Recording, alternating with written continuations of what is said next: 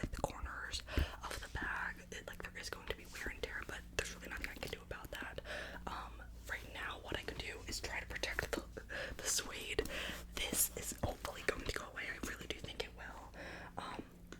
And if it doesn't, I'm gonna be really upset. But I think I can just kind of like brush it out a little bit, and it won't be as stuck that way. But it is quite noticeable right now.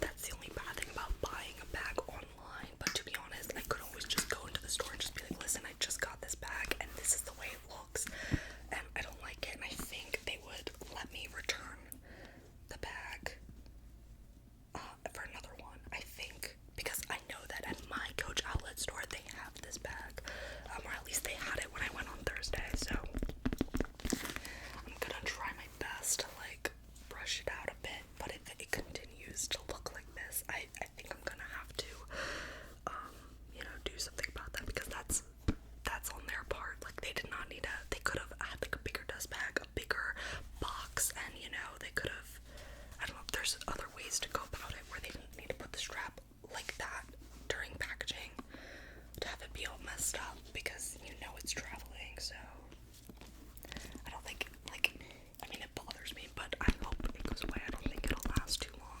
But I love this bag. Obviously, it's a really popular bag right now. Oh, I'm so excited. I can put a charm over here. This bag retails for, well, the MFSRP is $295 USD, which is crazy because I paid like $345 for this. So what do you mean? I'm so confused. That should not be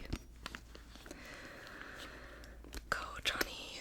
I don't know if they're like messing up or something, but anyway. And then you open it up and there's this